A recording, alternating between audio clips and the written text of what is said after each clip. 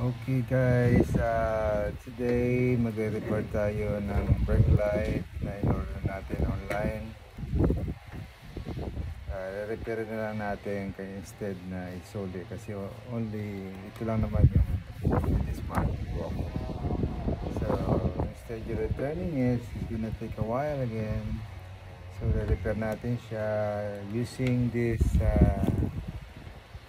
hot staple plastic welding torch. Kita nyo, bili ko yan sa Amazon. So mayroon siyang pinaka-staple na connect dyan, mainit na siya. So ngayon i-weld natin siya rito. So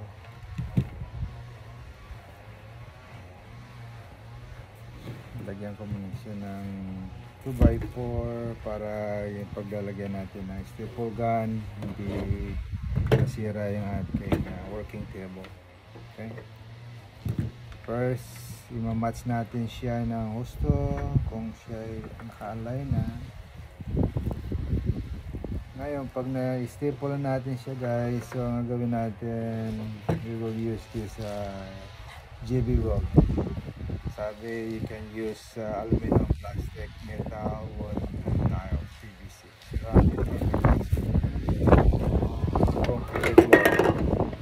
Okay. So medyo mahangin yung ating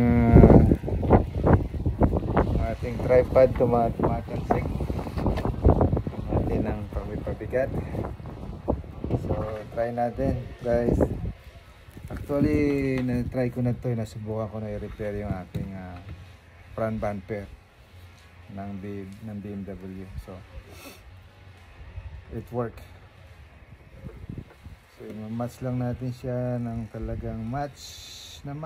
And then, hold natin ang gusto. Tapos, i-weld natin ito.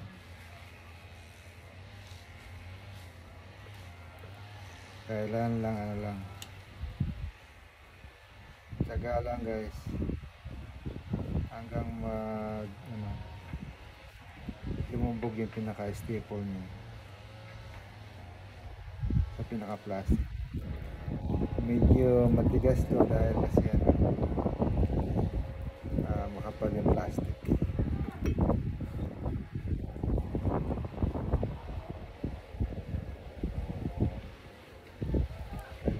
Mainit yung gun.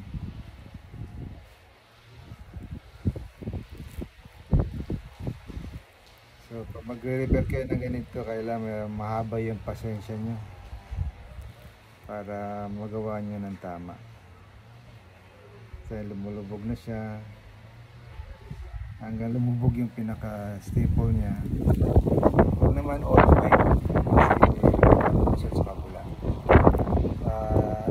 Estimate nyo lang na lubog na siya, then stop na.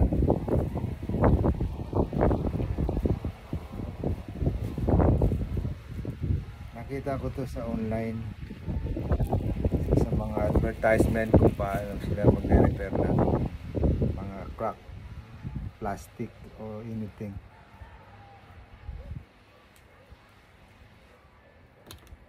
Okay, so yan guys, oops, kailangan lagyan natin ng isa pa dahil medyo bumibigay.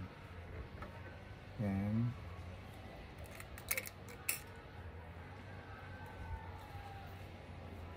gamit natin tong this type. Kita niya yung ganitong design. Tapos then we insert dito. Pag ipasok nyo sa loob at hindi naman siya mainit hanggat hindi nyo pinupull yung trigger. So pag pinull nyo na yung trigger, mag-iinit na siya.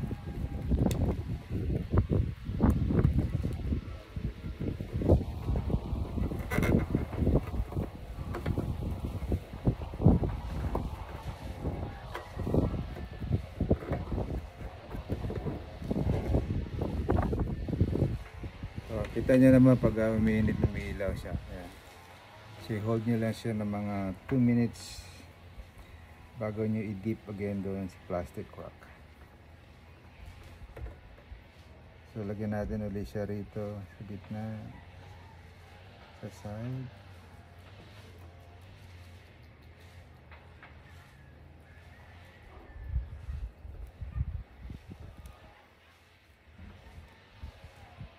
Nabasag to guys sa shipping siguro.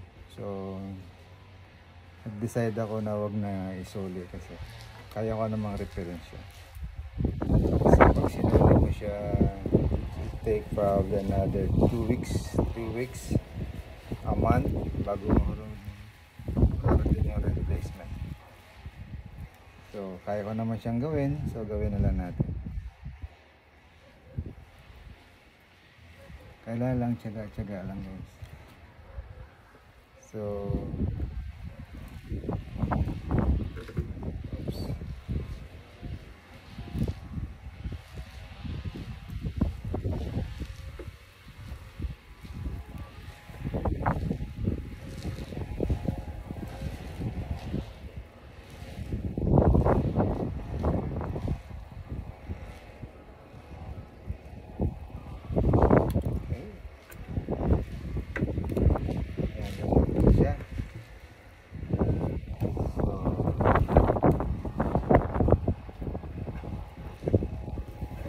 dalawa na nailagay.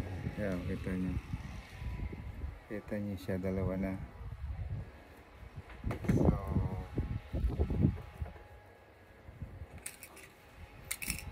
para more stable siya, lalagyan natin siya dito sa pinaka top part ng plastic.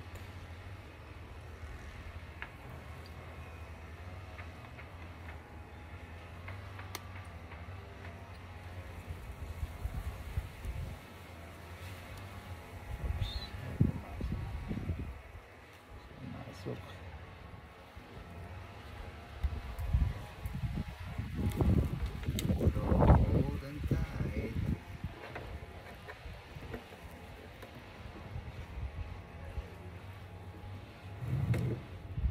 Ganun na lang para hindi siya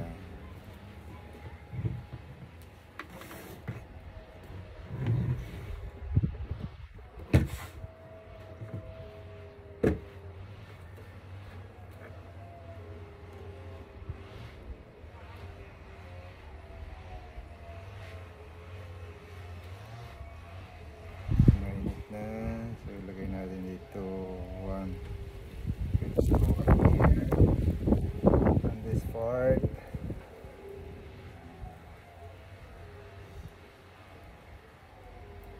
Kung kaya nyo namang repairin, if you can do it by yourself,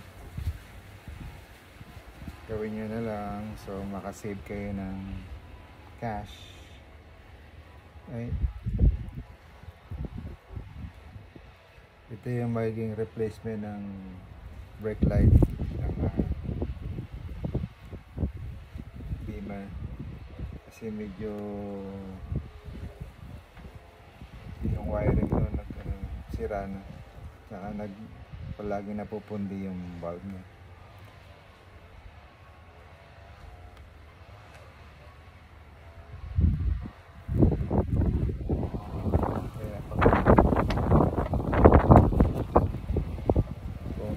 Lang. Oops, camera natin bumabagsak. Lakas ng hangin.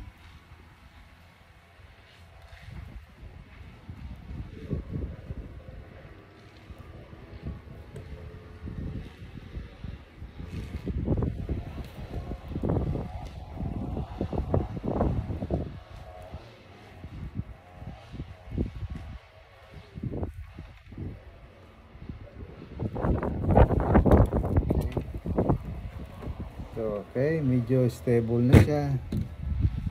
Hindi na siya muga-uga. It's not moving anymore. So, lalagyan pa rin natin siya dito sa part na to. Isa pa. One more. Ayusin mo natin yung ating camera at yung stand. Dahil bumibigay maglagay sa hangin. Go! So one more staple.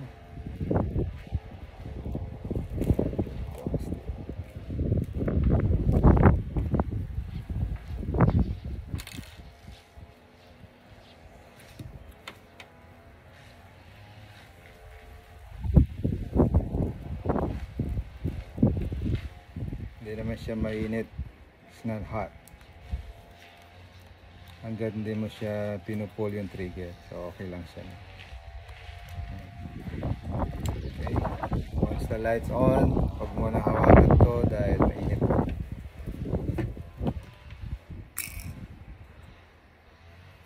Mga 30 seconds yan. Pwede na siya. Wow.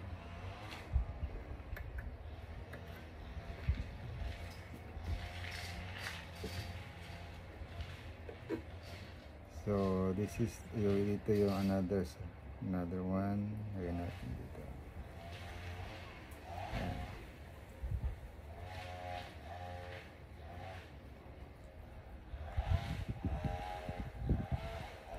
Medyo matagal din siya gawin dahil kasi medyo makapal yung plastic.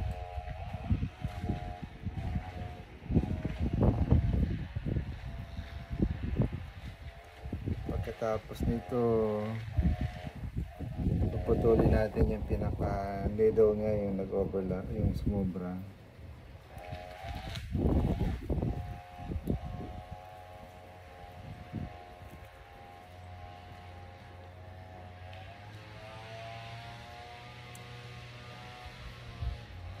Kailan control mo lang yung press mo na baka lumusot sa ilalim.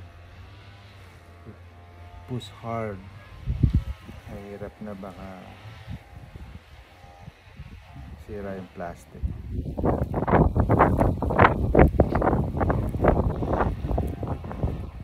Dito tayo sa labas na may garahe, kaya medyo mahangin. It's very windy. So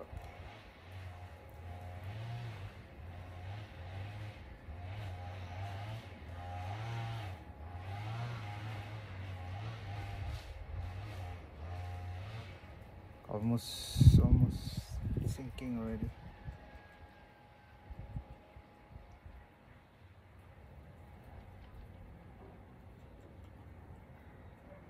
Okay, ayos.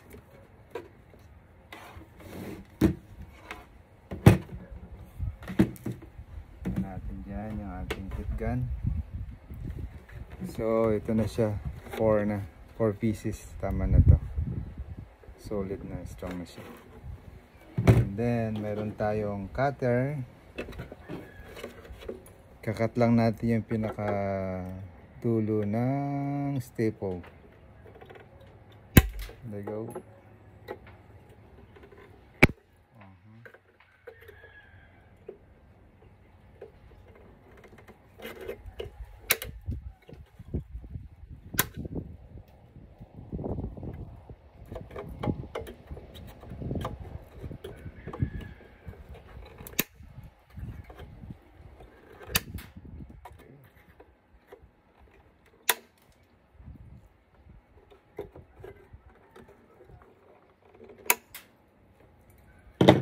So ito na siya guys, intact na, see, solid, tibay.